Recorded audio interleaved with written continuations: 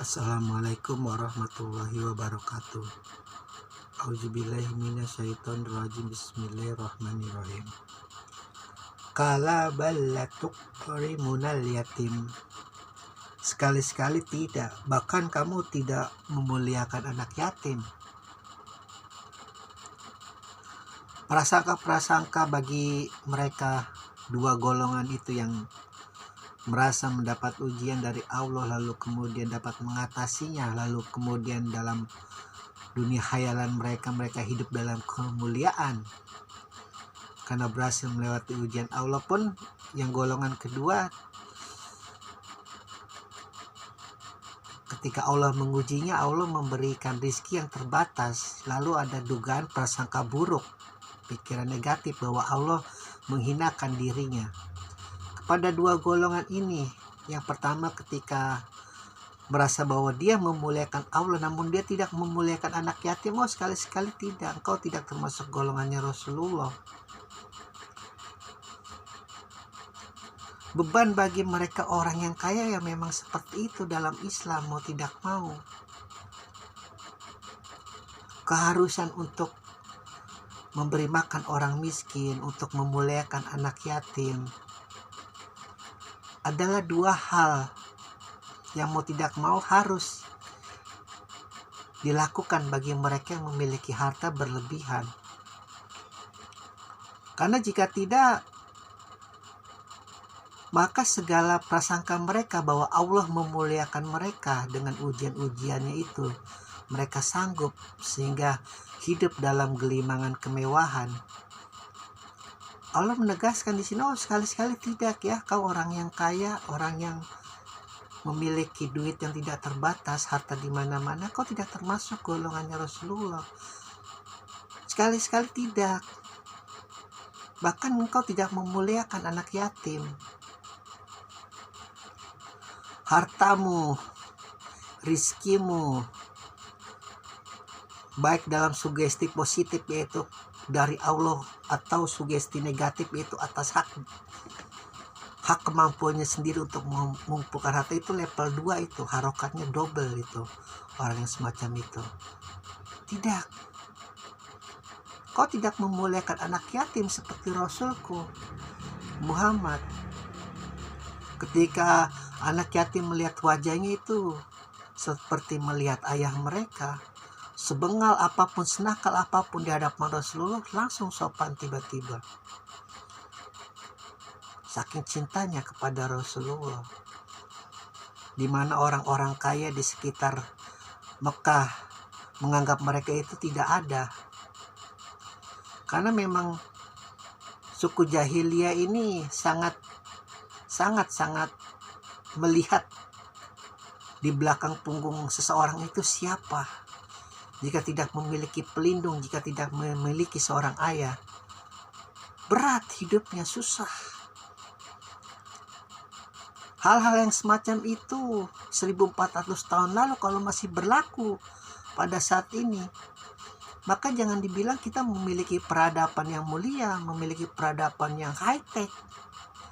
Percuma gedung-gedung tinggi pencakar langit, percuma kita punya mobil terbang, insya Allah kelak motor terbang atau apapun serba terbang nanti, ketika akal manusia mampu menciptakan sesuatu.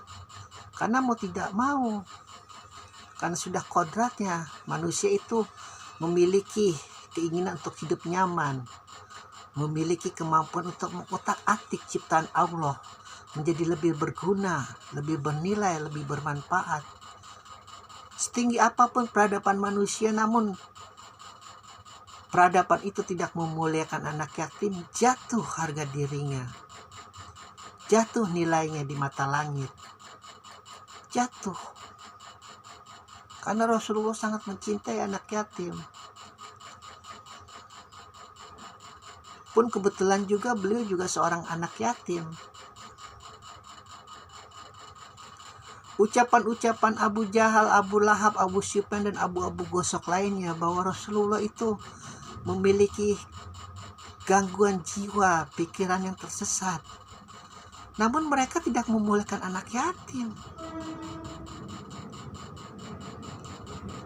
Masa kalah sama orang gila, sama orang yang pikirannya tersesat? Orang yang pikirannya tersesat tapi memuliakan anak yatim. Ini Allah yang berkata sendiri dalam Al-Quran, surat Al-Fajr ini, untuk para pembangkang Rasulullah di zamannya.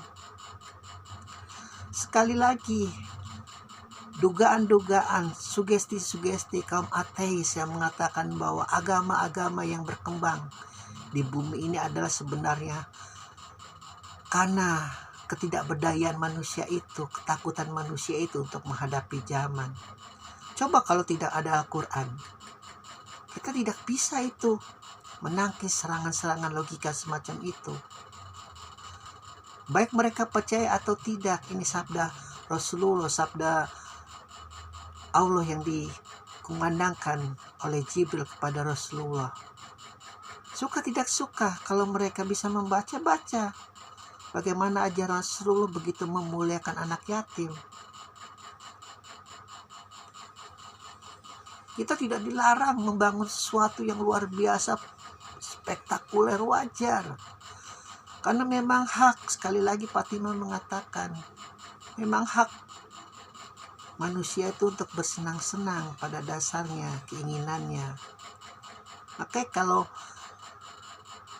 kalau hukum Allah itu ditegakkan setegak-tegaknya, ya berhenti ini dunia, tidak berputar. Karena luar biasa hukum Allah. Oleh sebab itu, ada yang namanya hukum manusia. Jangan dipaksakan. Semua tidak mengenal Al-Quran, semua tidak mengenal Allah, semua tidak mengenal Rasulullah. Kalau memaksakan nanti jatuhnya zalim. Kita sama halnya dengan Fir'aun memaksakan Al-Quran kepada orang yang tidak mau percaya Al-Quran. Sama seperti kaum Ad, kaum Samud. Kalau begitu caranya, umat Islam itu, apalagi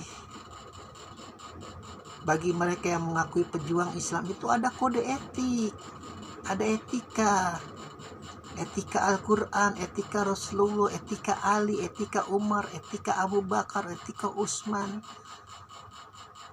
etika para sahabatnya, etika, habis itu ada turunannya lagi, etika Sufi, turunannya lagi etika Habib, etika Ayatullah.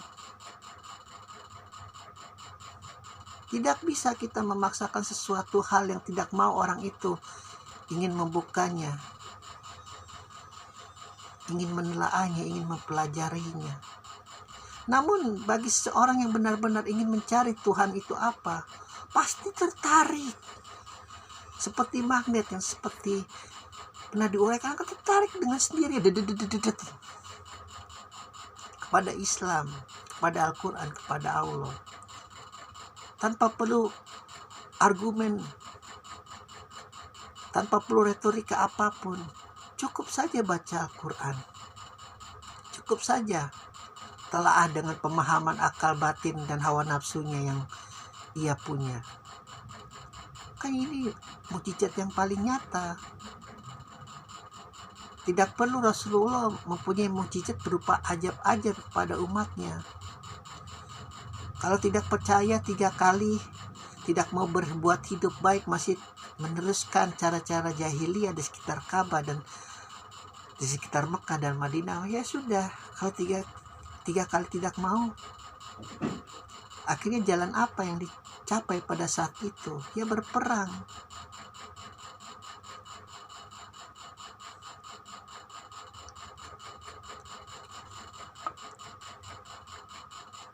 Jadi hati-hati bagi mereka yang memiliki harta berlebihan. Setiap sennya. Walaupun Allah sebenarnya tidak memerlukan harta kalian. Kalian sendiri yang membutuhkan. Karena kalian jika tidak membentengi dengan cara memuliakan anak yatim dan memberi makan fakir orang miskin, itu harta nanti jatuhnya ke hal-hal yang tidak baik. Kalian akan terserah kepada iblis satu di bawah tanah. Ruh kalian yang 1 juta lebih kecil itu daripada virus corona itu tidak akan bisa menghadap Allah, mengadu kepada Allah.